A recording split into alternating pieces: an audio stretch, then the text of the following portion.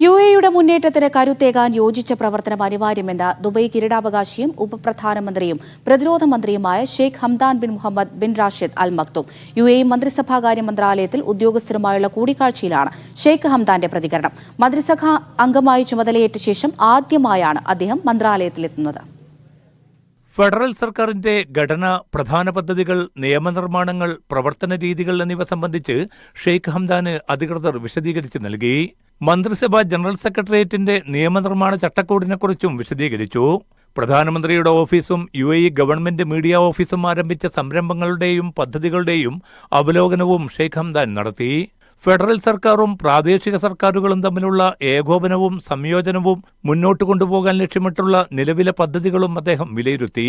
രാജ്യത്തെ സർക്കാർ സംവിധാനം കാര്യക്ഷമതയിൽ ആഗോളതലത്തിൽ മാതൃകയാണെന്ന് ഷെയ്ഖ് ഹംദാൻ ചൂണ്ടിക്കാട്ടി. യുഎഇ കൂടുതൽ പുരോഗതിയിലേക്കും നേട്ടങ്ങളിലേക്കും കുതിച്ചുകൊണ്ടിരിക്കുകയാണ്. എല്ലാ ഫെഡറൽ, പ്രാദേശിക ഗവൺമെന്റ് ഏജൻസികളുടെയും മികച്ച ഏകോപനവും ടീം വർക്കും അനിവാര്യമാണെന്നും അദ്ദേഹം നിർദ്ദേശിച്ചു. മന്ത്രിസഭാകാര്യമന്ത്രി മുഹമ്മദ് അൽ ഗർഗാവിയും മറ്റ് ഉന്നത ഉദ്യോഗസ്ഥരും ഷെയ്ഖ് ഹംദാനെ മന്ത്രാലയത്തിലേക്ക് സ്വീകരിച്ചു. Media 1 Dubai.